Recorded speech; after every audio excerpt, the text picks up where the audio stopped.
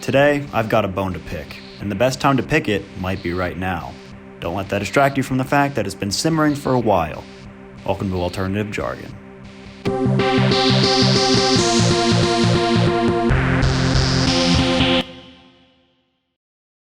Ladies and gentlemen, welcome to Alternative Jargon episode number 30. Unlike the NFL, this podcast is indeed scripted. So that's why the laptop is sitting in front of me, because it's scripted. Unlike the NFL. Unless you've been living under a rock, you've heard the inside joke about how the NFL is scripted. It's been running for a while now. It's really old news now. If I hear an NFL script joke, I kind of just tune it out because I've heard them all at this point. But the NFL is very self-aware of the joke now. They made like a commercial about it, I think at the beginning of this season with Lil Wayne in it. So if Lil Wayne is in something, it's officially mainstream, right? It's no longer a very niche joke. But there's some people out there who actually believe that the NFL is scripted. Okay, there are people that believe that Roger Goodell and the rest of the top-level NFL executives are throwing the biggest sporting secret in the history of our great country into the hands of a few graphic designers who make the Super Bowl logo. Okay, this is another one of those theories that started out really cute. Oh, look, the logo matches so well on their uniforms the last couple Super Bowls. The Bengals and Rams, that looks so great on there. The Chiefs and Eagles, once again, they got the teal, they got the red, whatever. Looks great. Now people are taking this too far, and it is starting to get on my nerves. There is a group of people right now on my TikTok For You page who genuinely believe with their entire being and soul that the Super Bowl logo is intentionally being matched to the color schemes of the teams that are going to appear in the big game. Okay, this one's been going off for a while too. It started off casual, but now that we're down to the NFC and AFC championships, and there's a possibility that a purple and red team do play each other in the Super Bowl, people are they can't handle themselves, and they genuinely think that this is being orchestrated and executed by the NFL. Little did I know that to get in deep in the NFL and to hear all of the league secrets about the script writers and everything, all I had to do was go to school for graphic design. I didn't realize it was that simple. Okay. I didn't realize that Roger Goodell was emailing hex codes to a group of people wearing Carhartt beanies, septum piercings, and thrifted boots, and saying, hey guys, make sure you slip this hex code color into the logo this year. I can't give you any further details, but, just make sure it's in there. Wink, wink. Look, there's nothing wrong with people who wear septum piercings, Carhartt beanies, and thrifted boots who are graphic designers, but I don't think Mr. Goodell is going to put the biggest scandal in sporting history into those people's hands. Okay. This just really makes me upset because it's one of those quote-unquote conspiracy theories where if you think about it for more than 30 seconds, you realize how absolutely absurd and stupid it is. And things like this take away from other theories that are actually important, and they just water everything down. Now, when this whole thing started, okay, by the way, the Super Bowl logo to whatever Super Bowl it is always drops a whole year in advance. I would know because I actually, I'm kind of a huge nerd about sports logos and things like that. In high school, I helped my high school's hacky sack club design logos and everything for all of our teams we had that we played. And that was like my favorite thing in the world. It's so fun. So yeah, I am an absolute nerd about sports logos and stuff like that. I follow the CEO of sportslogos.net on Twitter. So if you want to come at me for this, I know my stuff. I really do. I know my stuff about logos. Okay. So this just really gets me going because I'm someone who thinks about this kind of stuff longer ago than the last month. And so my point here is that the logo comes out a year in advance. And of course, nobody knows that because people on TikTok are not always the smartest, and they just are looking, what can they say that can get them the most clicks and views right away? And I think that's what a lot of them are doing. But now people are saying that there is a logo that dropped for next year's Super Bowl, and they're going, this one has green and this other color in it, and we already know what next year's Super Bowl is going to be. This is so dumb. By the way, the logo that they're popping up on the screen, when they say this, looks like something that I would have thrown together in 5th grade on Microsoft Paint. And it absolutely, it fills me with an amount of rage that's not appropriate for this situation, but I can't help it. Because nobody in the comment sections of these TikToks is media literate enough to go, dude, that logo looks like it was made on Microsoft Paint. The logo has not come out yet for Super Bowl 59. If you Google search Super Bowl 59 logo, I guarantee this logo will be the first one that pops up. Super Bowl 59 is going to be played in New Orleans. This logo has like a bright shade of green contrasted with like 2 other super neon colors, some like clip art silhouette of a guy playing a trumpet. I mean, this looks like I threw it together for a graphic design project in 8th grade. It is awful. And people are not smart enough to look at this and go, hey, that logo looks like terrible. Maybe that's not it. If you're not in the same,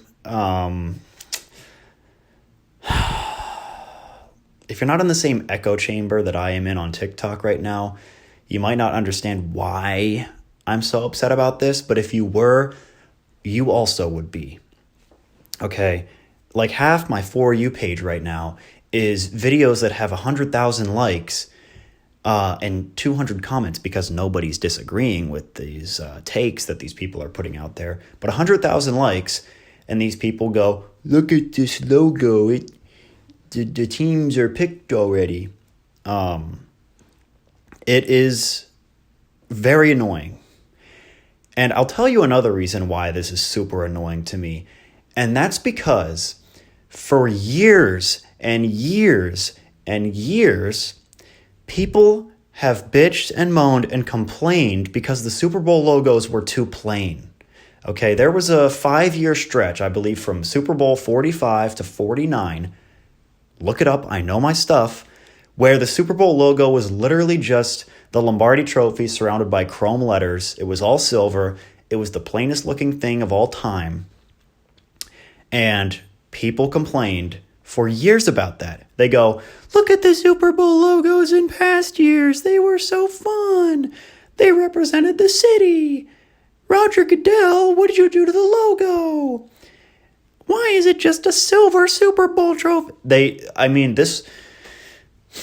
I've never seen people get so upset about logos. Look, I thought they were dumb looking too.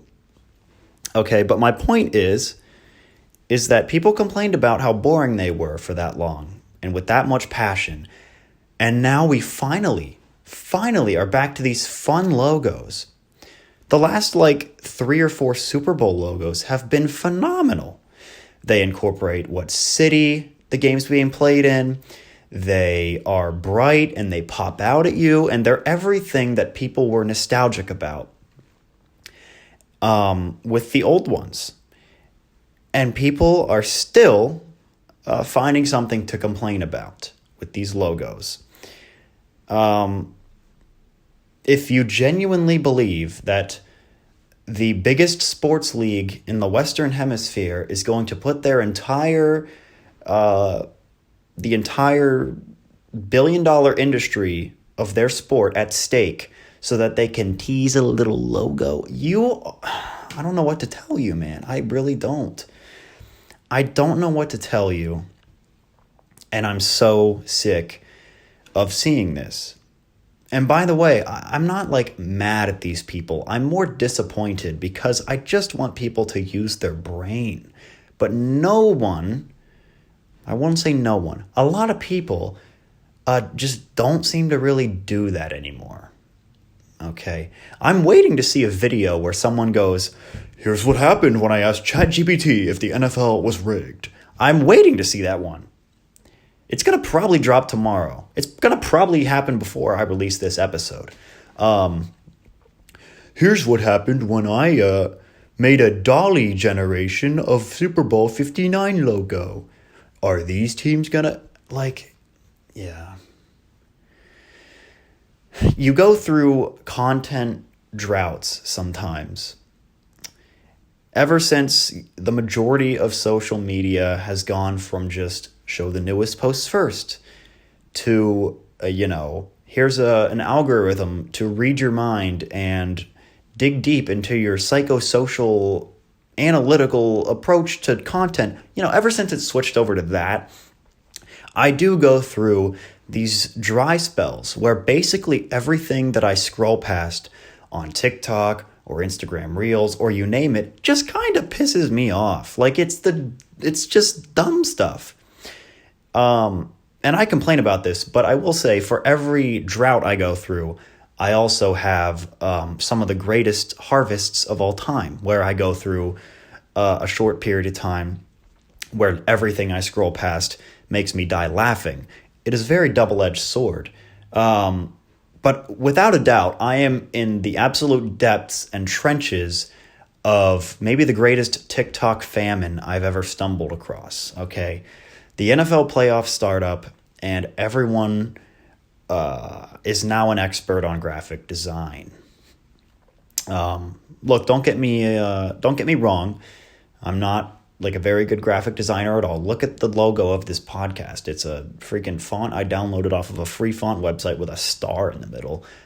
I'm not claiming to be something I'm not, but I am saying that I don't know what I'm saying. I'm just really fed up. I am very fed up about it.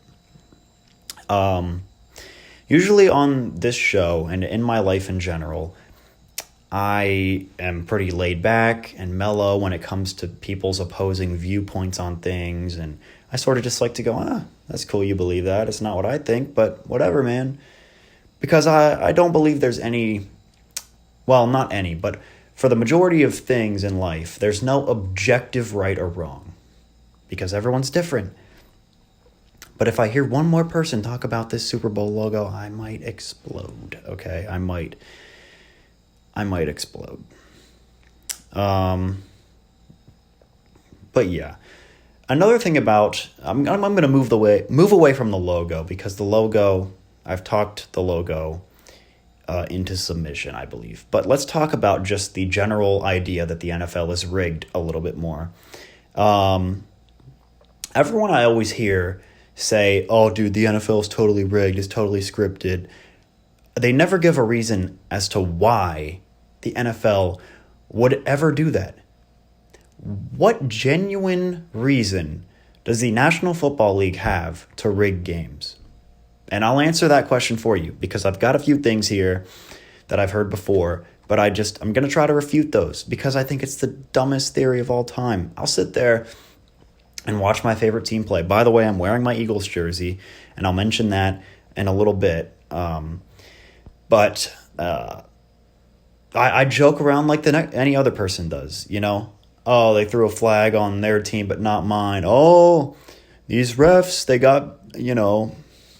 got Buccaneers money line. They must want the Bucs to win. Oh, Goodell, he must miss, watching games down in Tampa. Whatever, I'll joke around. But people do really think it's rigged. Look, maybe you think the NFL's rigged so that certain people that are in on it can make money off of betting on the games. Okay? Roger Goodell tells his family, hey, Chiefs money line today. I got it fixed.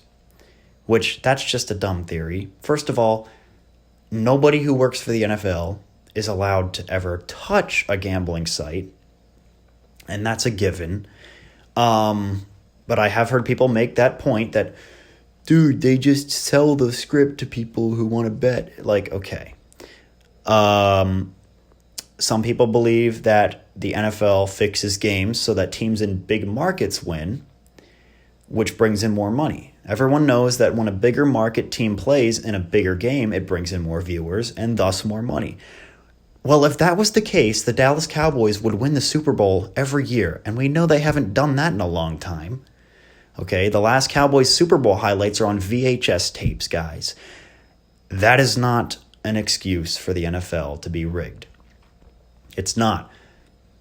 You think if the NFL was rigged and they want the big market to win, that they would go, dude, you know where the biggest market is right now, bro?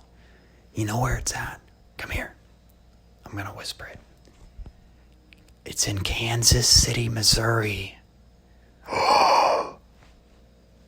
Yeah. They want the dynasty to come out of Kansas City, Missouri. That's where the money's at, folks. It's not New York. It's not Dallas. It's not LA. It's not, wherever else. It's in Missouri. Okay?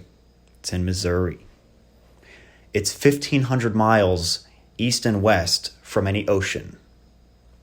That is where the money to be made is. Have you ever been to Kansas City? Whew. Top 10 tourist destination, baby. That's not why they're doing it. Look, if the NFL, the biggest thing I always hear about it being rigged is money. And let me just say this. First of all, there are much lower risk ways that the NFL could make money in a shady way than to fix games. Second off, the NFL has absolutely no financial problems.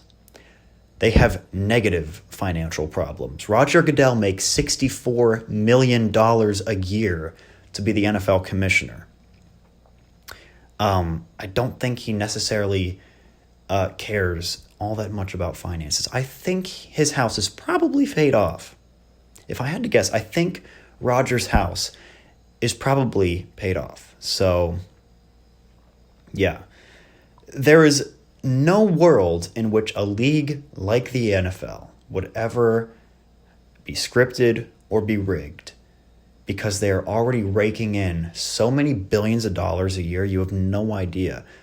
If they were, first of all, there's no reason to rig the NFL, and second off, if they did decide to do that, that would be the biggest risk of all time, because if it ever got exposed, the entire league would be done. It's over. And there's way too much money at stake for anyone to ever jeopardize that.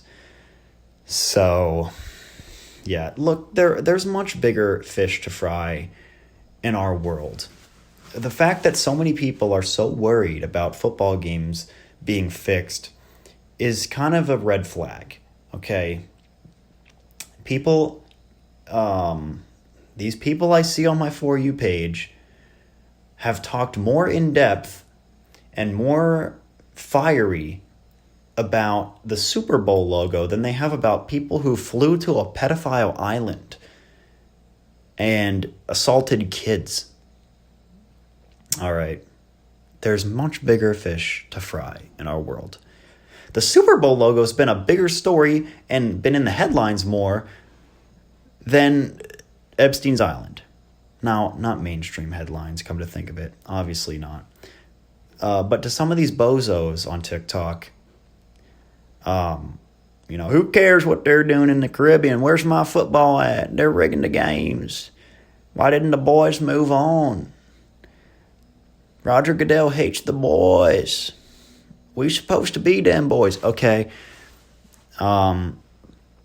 These people, man, I don't know what to say. I saw a video last night of some guy rewatching the Tyler Bass missed field goal against the Chiefs, and and he believes that the stadium turned a fan on when they kicked the ball. He goes, "I've never seen a ball move like this. This game was rigged. The NFL wants the Chiefs to move on so Taylor Swift can go to another game. Look at the ball. He kicks it, it goes straight, and then it goes right." Yeah. Any level-headed person would not even reply to that because it's so dumb, but I'm going to do it. First of all, it's a Buffalo home game. Who's turning on the fan in Buffalo to blow this thing away? That was his real thought. Second off, have you ever seen a kicked field goal? Like half the time a kick goes right and left about 8 times before it goes through the uprights. You know the scene in the Polar Express where the conductor, Tom Hanks, keeps yelling right, left as they go across the frozen river? That's what a field goal looks like in the NFL about half the time. So, yeah. We all know that Mr. Goodell is dropping breadcrumbs here and there to silently expose the secret through logos. Okay, it's about as good of a theory as QAnon is. Okay, symbolism will be their downfall. The next thing I want to move into here about the NFL, and it's another big thing that has bothered me for the last few years, but especially this year, just everyone is always complaining about it. And that is officiating in the NFL. Now, this one could really land me on some thin ice with some people, could get me put in some hot water by some people. But I will die on the hill that the NFL officiating is no worse now than it was in the past. And let me defend myself with that point. I'm old enough to remember about 10 years ago when the NFL completely redefined what a catch was. Week to week, you had about 20 catches that were obviously a catch, and they were overruled in the replay booth. That was only 10 years ago, and yet people seem to forget. All right? And I believe, don't quote me on this, but I believe like they went year to year changing these rules like every year too. Every year, we didn't know what it meant to catch a football. Okay, we didn't know what it meant. And I don't think I've ever been as mad watching football as I was during that era. Okay. Another point that will back up my point that officiating is no worse than it used to be. In fact, I believe it's better. And I do. And that's because there's more awareness of it now. And the refs know that they have to make the right call. Look, you're never going to get the right call 100% of the time. But I think the reason why people believe it's worse today is simply because of that awareness. Okay, you watched a football game years ago, and if you saw a bad call, you'd go, "Yo, what the heck? They didn't call that." And then the game would move on. Now, you see a missed call, and you go on Twitter, and there's 10,000 other people complaining about the same missed call, and it creates a crazy echo chamber of people believing that these refs are the worst thing to ever happen in the history of sports. And it wasn't always like that. Now, basically, most people that watch sports, they're watching the game on their TV or laptop, and then they have their phone scrolling Twitter, Instagram, TikTok, whatever, while they're watching. And that's half the fun. I love doing that. It's fun to see memes in the middle of games, right? A play happens in a game, and 30 seconds later, some of my favorite people on Twitter have something to say about it, and it's usually funny, okay? I'm looking at you, PFT commenter. You're hilarious. But yeah, I don't think the officiating is any worse than it used to be. I think it just, we're more aware of it, and we are more social about it now. When I used to watch games growing up, I watched every Eagles game growing up as a kid with my dad, basically. And we'd sit there and go, yo, what the heck? He grabbed his face mask. That's awful. And, you'd get upset, you'd get mad, but the game would keep going. And slowly but surely you forgot about it. And the Eagles either won or lost. Now, most of the time when I was growing up, it was a loss. It was terrible. But, now that replay would be all over Twitter. And then the official NFL officiating account would have to make a reply. And it's this whole thing. And look, the thing is, obviously I'm not sitting here going, it's completely fine that there are all these missed calls. But I'm going to say this. As long as the referees in any given sport are human beings, there's always going to be human error. And if you want a sport that is completely run by robots, go ahead and do it. But I think that would be more dystopian than, oh, there should have been a flag there. Okay. Do you really want a sport where there's players on the field and coaches on the sideline and then, a Boston Dynamics dog that watches for holding? I mean, what? Like, are you kidding? No. I don't want to sit there and have artificial intelligence decide if we should throw a flag on a play. Officials are most likely always going to be humans, and there's always going to be an error. Okay? And I know it sucks, but it's the way it is. So, I don't know what to tell you.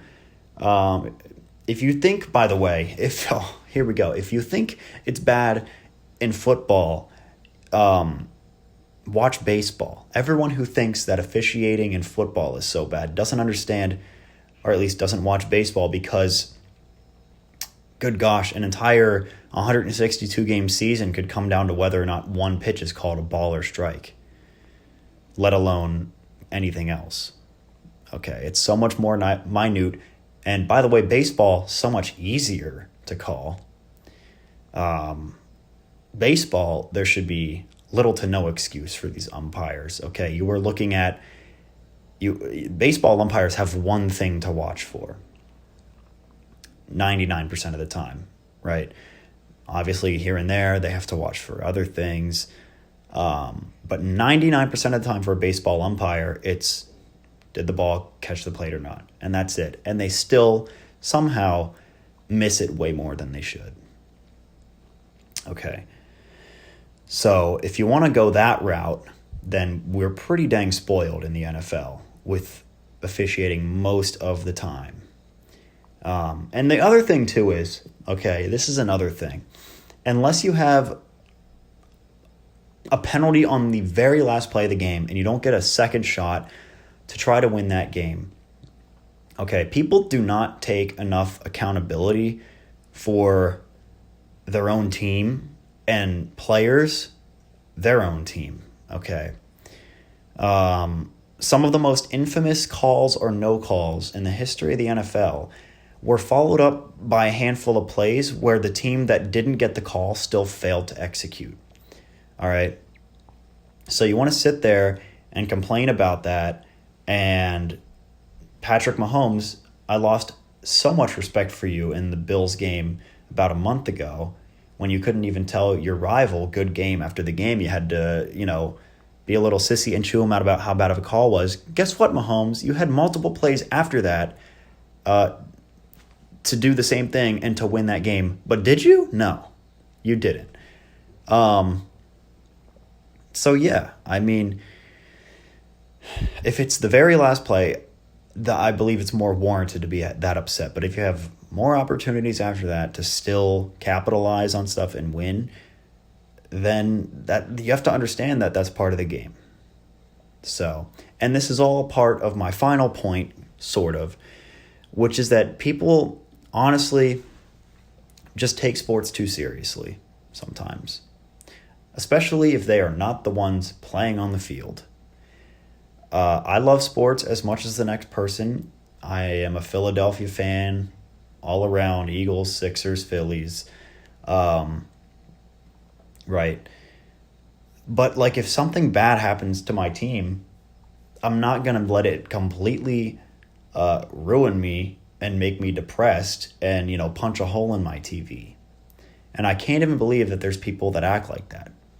There's way too many. People, whether it is for attention or not, they'll let their team losing just ruin them.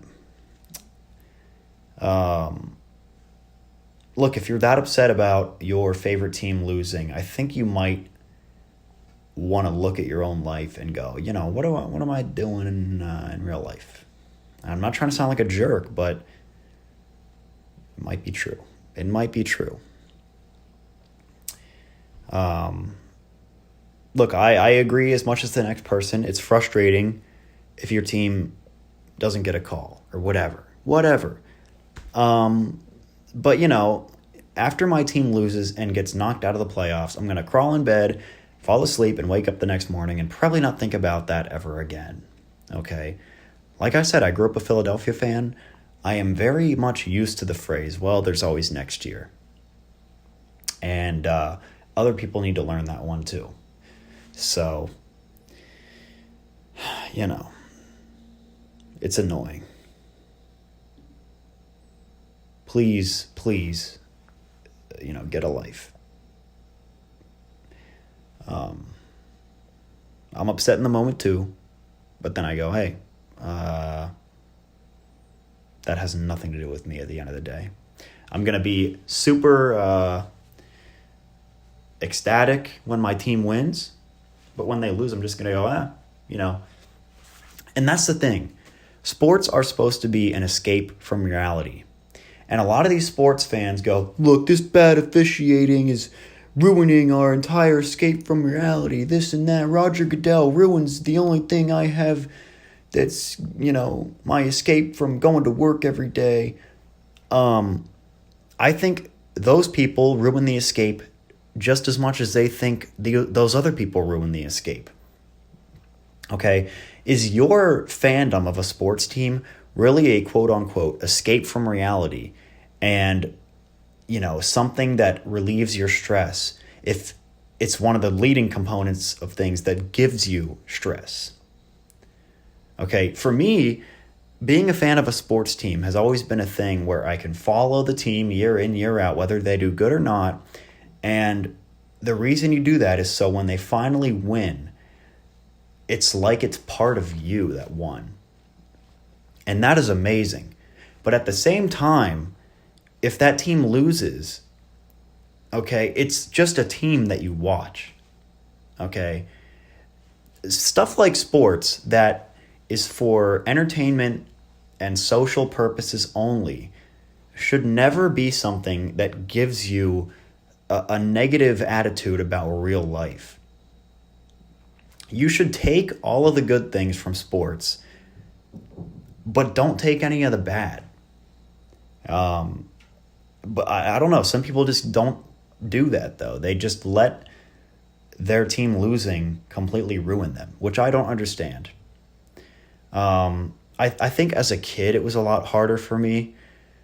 Like, as a kid, I was a huge LeBron hater. I was. And I grew up watching the NBA when I was at the peak of my NBA fan level is when LeBron James was winning back-to-back rings with the Miami Heat, was when LeBron James did a 3-1 comeback. And that devastated me because I was a LeBron hater. Nowadays, I grew up, I'm like, who cares? I'm going to appreciate watching greatness in front of me. But, it's just fun to pick a side in sports and root for or against somebody. And as a kid, I would let that stuff get to me. I was like, dude, LeBron James is no way he's better than Michael Jordan. Like, I would argue at the lunch table, whatever. But, some people genuinely let that stress them out and make them sad. And it's like, oh my God, you are deviating yourself from the entire reason we have sports, which is to be this blissful, fun escape from real life. You are taking the entire point of something and just crushing it and not letting it be what it's supposed to be. That's just my take on sports. I'm going to take everything positive from sports and I'm going to leave all the negatives. So, and you might call me a fake fan for that, but I'm not going to, if my team loses, I'm part of the team, but I'm not. Okay, I'm a fan, but if you want to call me a fake fan because I'm not depressed when my team loses, like, sorry, but I've got other things. You know what I don't know. You can call me a fake fan, but you can't make me uncry the tears I did after the Eagles won the Super Bowl. So, yeah. And also, would a fake fan really be a Philadelphia fan? Ask yourself that. But yeah, so that'll about do it for today's episode. Thank you for watching. Thank you for listening. If you'd like to debate me on this, I would love to hear what you have to say about sports, about the Super Bowl logo, about the NFL script. Leave it in the comments. Leave it wherever. I don't care. But yeah, let's have a little discussion. Maybe you will completely prove me wrong, and if you do, I hope you do. I will change my mind. So thanks for Thank you for listening to episode number 30, and we will see you next time, I believe, with a guest episode. So goodbye.